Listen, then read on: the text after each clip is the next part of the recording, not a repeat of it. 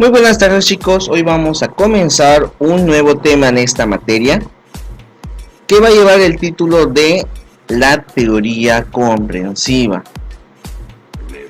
Vamos a avanzar un poco a poco, ya vimos algunos modelos sociológicos anterioridad en alguna otra materia, así que vamos a continuar con lo que viene siendo la teoría comprensiva. De esta casi no hemos hablado, más que hemos mencionado algunas otras cosas, así que para iniciar empezaremos con preguntarnos a qué se refiere el concepto de teoría comprensiva, cuál es el enfoque que tiene, cuándo nació, con qué teoría se enfrentó y por supuesto por qué es considerado en esta materia. ¿Ok? Bien, la teoría comprensiva es una corriente de pensamiento cuyo planteamiento central consiste en estudiar a la sociedad a partir de interpretación del comportamiento individual y la acción social que realizan las personas que lo conforman para comprender y explicar sus causas y efectos. En pocas palabras, se podría decir que esta teoría comprensiva es la forma en que el individuo trata de razonar lo que lo rodea de manera social. Podemos identificar o considerar que esta es prácticamente un pensamiento social subjetivo. Su principal representante fue Max Weber, que prácticamente fue un sociólogo economista de origen alemán.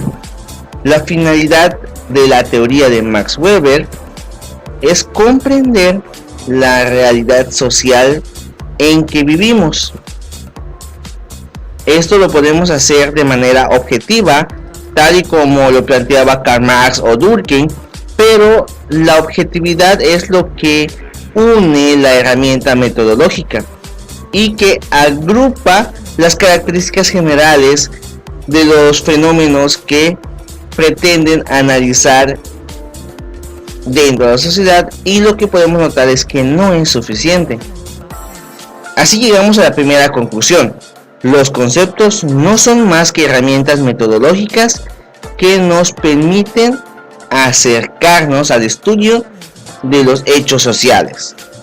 Pero la sociedad, que está conformada por individuos que influyen para que sus acciones tengan un significado o un carácter particular. Eso nos remonta a lo que viene siendo una acción social. Sabemos que un individuo puede estar relacionado con muchos más dentro de lo que viene siendo la sociedad, y eso es lo que pretendía explicar Max Weber, que la acción social es el significado que un sujeto le da a su conducta en relación con la conducta de otras personas. Esto quiere decir que la conducta individual de alguna manera está determinada por la conducta del resto de las personas, concepto que explica claramente en fenómenos de la imitación social. Podemos identificar algunos aspectos dentro de lo que podemos relacionar. No sé si se acuerdan del video de los simios que eran bañados con agua cuando querían atrapar un plátano que estaba hasta la parte de arriba de unas escaleras.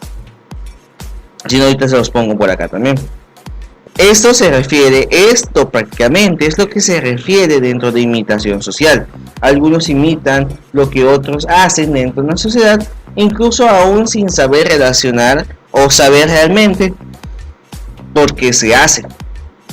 Esta acción social viene dada por antecedentes de tipo técnicos, climatológicos, temperamentales, etc. Y generalmente es parte de una consecuencia medibles o empíricas, pero ni antecedentes ni consecuencias forman parte del significado, pues este es de manera subjetiva, o sea, cada quien le da un significado a la acción que se diferencia entre conducta reactiva o sea, la que realizas, y que se reserva en comportamientos automáticos, que explica el proceso o la forma del pensamiento.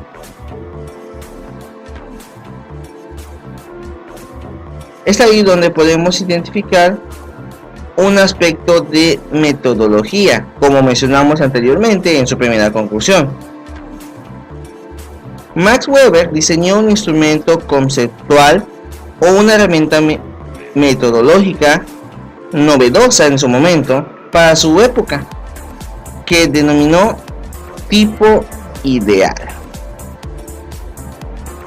que se forma prácticamente en participar o partir de ciertas características, pero que no se corresponden en una totalidad en cada caso particular. Vamos a explicar. El tipo ideal intenta simplificar la realidad para poder ser objeto de interpretación. No existe un solo tipo ideal, sino varios que pueden combinarse entre sí y por ende genera diferentes acciones sociales. Básicamente, Max Weber define 4 tipos ideales tendentes a interpretar la acción social. El primero es la acción de acuerdo a fines. Esta se mide dentro de las metas o fines o medios para alcanzarlos. Trata de identificar qué es lo que realizan las personas para llegar a un objetivo que ha definido. Esto pueden ser de maneras positivas o negativas, como por ejemplo el trabajar duro para tener dinero o comprarte algo que deseabas, o incluso el típico, el fin justifica los medios, que podría ser algo como estallar una bomba dentro de un lugar para erradicar a los malos, eso incluyendo si podían incluso matar a las personas buenas. ¿Se acuerdan de la escena de la primera película de los Avengers, cuando los jefes querían mandar una bomba a estallar en Nueva York para eliminar a los extraterrestres, a los Chitauris? Bueno, eso se podría hacer como acción de acuerdo a los fines. No porque las personas decidieron ese tipo de acción significa que sean malas, simplemente es una acción que se concuerda para llegar a un objetivo requerido. El otro viene siendo de acuerdo a los valores, acciones de acuerdo a los valores. Y es similar al anterior, pero este toma de acuerdo a los valores e ideales. Ahora sí, se podría decir que el valor de las personas podría mantener de que no realice ciertas cosas que podrían hacer daño a las personas de forma colateral, porque sus valores como humanos o como sociedad impide realizar esas acciones. La tercer tipo de acción es la tradicional. Esta es la más común y está relacionada con las costumbres. Es lo que hacemos por medio de la sociedad que nos rodeó, que nos inculcó ciertas ideas. Por ejemplo, el usar un típica vestimenta es algo muy común. Por ejemplo, si vemos la forma de vestir de los japoneses, por ejemplo, pues quitando la modernización, su ropa típica entre los hombres y mujeres son las yukatas. Son como batas. Nosotros ver a una persona vestido así dirá que pues está saliendo del baño o está en un spa o algo así. Realmente nos sería incómodo. O por ejemplo el kilt, que es la falda escocesa. Nosotros vemos a un chico con falda y nos reímos y pensamos que está haciendo alguna protesta o algo por el estilo, pero en Escocia el kilt es la falda común en los varones.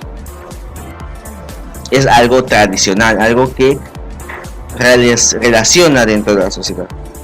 Por otra cosa está la acción afectiva, que está relacionado con las emociones. Es lo que las personas realizan dentro de lo que se podría considerar algo emocional. Es lo que hacemos por nuestras emociones, ya sea ser romántico o ser vengativo, ser incluso sentimental, de esos que lloran por cualquier cosa. E incluso a veces las personas no son así realmente, pero su sociedad los ha inculcado de la manera en que es algo común, es algo que deben estar haciendo. Hay valores emocionales que se pierden porque ya no lo vemos de manera correcta. Por ejemplo, el machismo es parte de la acción afectiva, porque los padres inculcaron a sus hijos de que ciertas acciones emocionales deben ser evitadas y otras deben ser más fuertes, y por ende empiezan a ser de esa manera a la que llamamos machistas, y poco a poco se fue perdiendo al punto que los hombres hacen cosas de manera común que antes eran considerados solo para mujeres. Bueno, estas 4 se dividen en 2 partes. Las primeras 2 son consideradas acciones racionales y las otras 2, las últimas 2, son consideradas acciones irracionales. Las acciones racionales son con fines y objetivos directos, y las acciones irracionales prácticamente son considerados por parte de tradiciones y costumbres. También lo que viene siendo las emociones.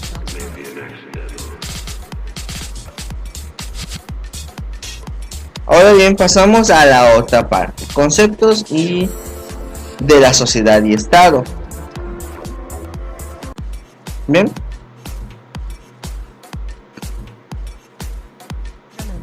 Max Weber concibe que la sociedad está relacionada con el aspecto de ideas recíprocas. Esto pasa dentro de que si la persona o la sociedad están dentro de las cuales el individuo se pueda desenvolver. Weber concibe a la sociedad como un entramado que puede ser representado por capas concéntricas, prácticamente como una cebolla.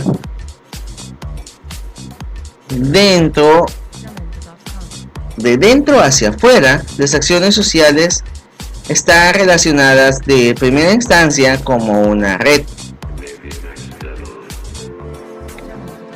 Esta orden social prácticamente mantiene, como se podía identificar, una sociedad política, una sociedad común, que involucra, además de todo lo anterior, el uso legítimo de la fuerza física o como mecanismo represivo, que para mantener el orden y controlar a la sociedad suele mantener el dominio.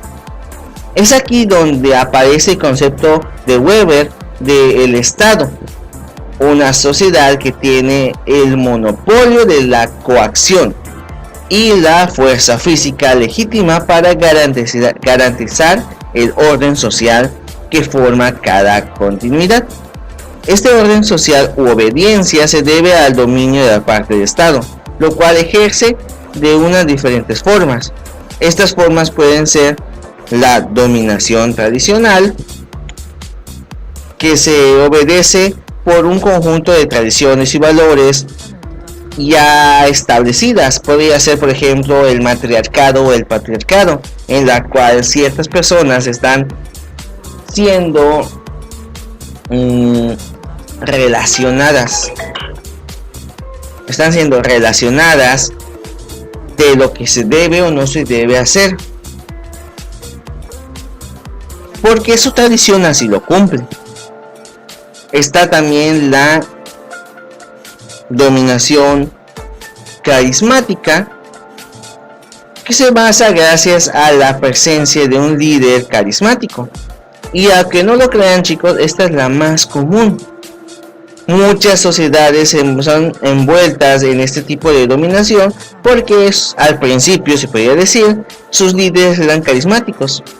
Aunque no lo crean, Adolfo Hitler durante la Segunda Guerra Mundial fue considerado uno de los líderes más carismáticos, por lo menos por sus nacionalistas. ¿Sabían que incluso Hitler ganó un Oscar en una película? Solamente con eso digo todo lo que viene siendo la dominación carismática.